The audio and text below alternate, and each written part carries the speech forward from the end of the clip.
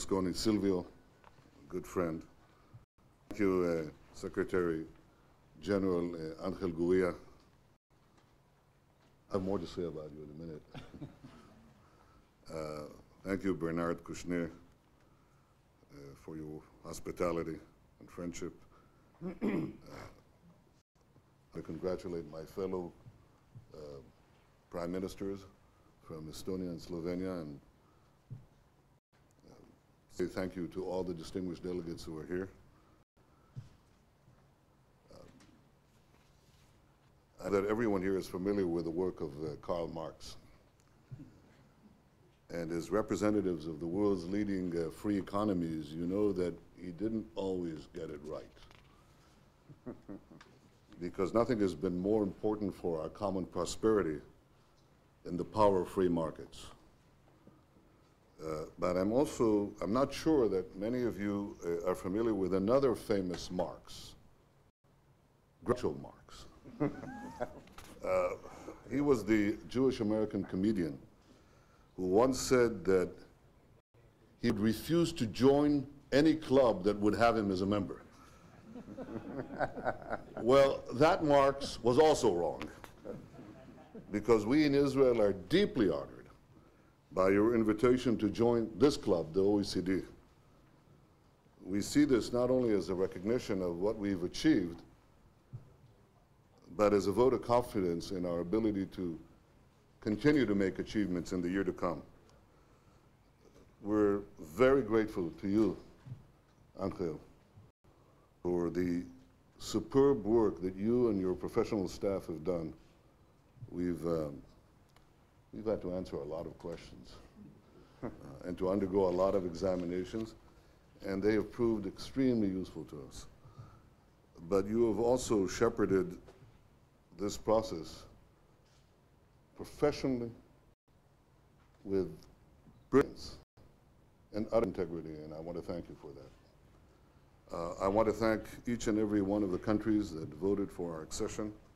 We deeply appreciate your support.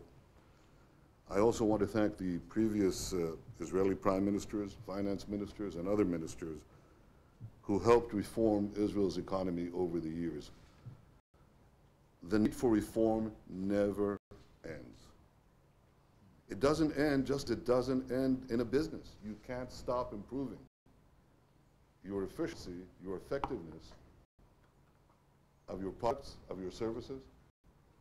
It's exactly the same thing with national economies.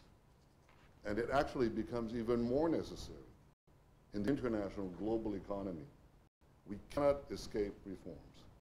We'd like to. I've paid the price of launching quite a few of them. We cannot escape them. There are two basic principles that I've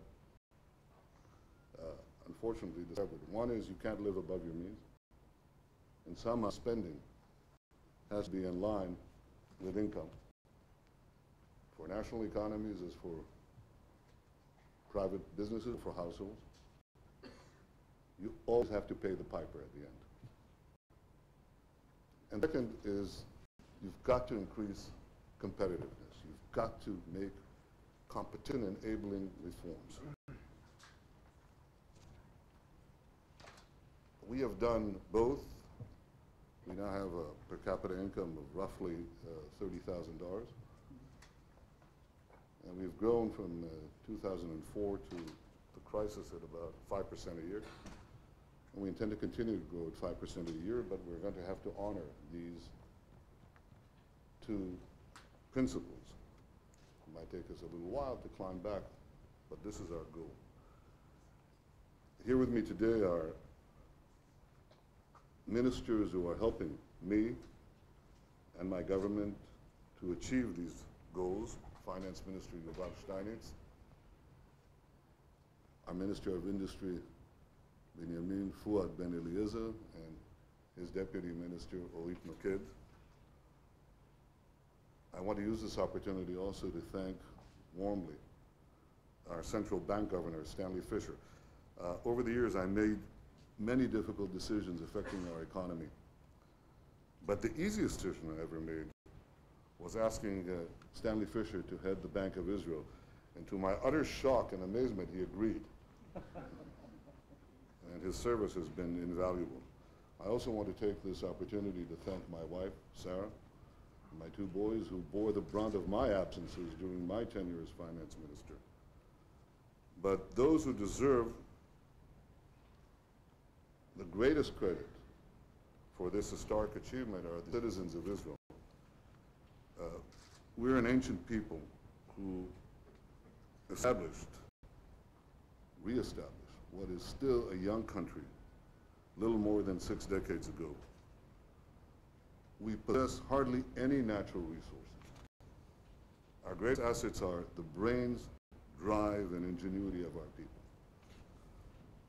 They are the reason why Israel today is a global leader in technology and why the world's leading firms conduct R&D centers and R&D activity in Israel. In just 62 years, the talents of the people of Israel have made our country a technological center in the world. We are not the greatest producer of technology. We are the greatest producer per capita of technology, but the absolute size, the number of our startups, which is in the thousands, the number of companies represented in the NASDAQ, put us very, very high on the list, not in relative terms. And I think that in information and electronics, in agriculture and water, in science and medicine, in energy and the environment, in all these areas, we are moving ahead with innovation. And I intend to do all I can in the coming years to continue to unleash these talents.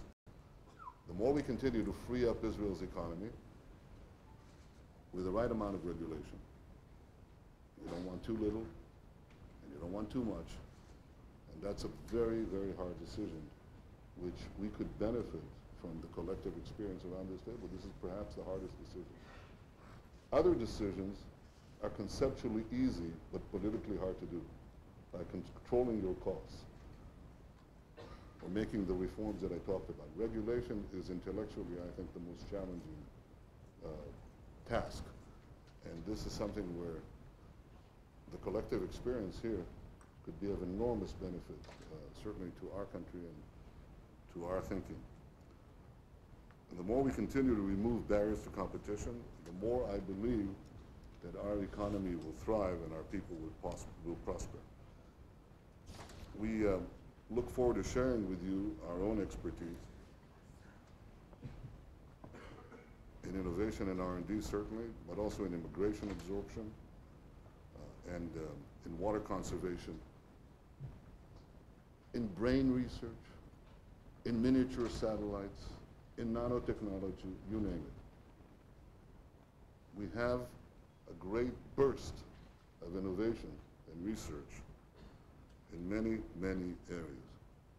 I believe that the future will belong to those who are able to unleash technology, to unleash creativity and dynamism in their own economies.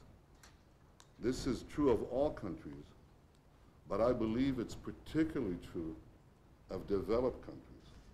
The only way we can sustain the standard of living of our population is our per capita income increases, is to add value with conceptual products.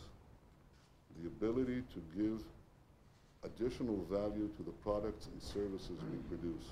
And this all goes through technology.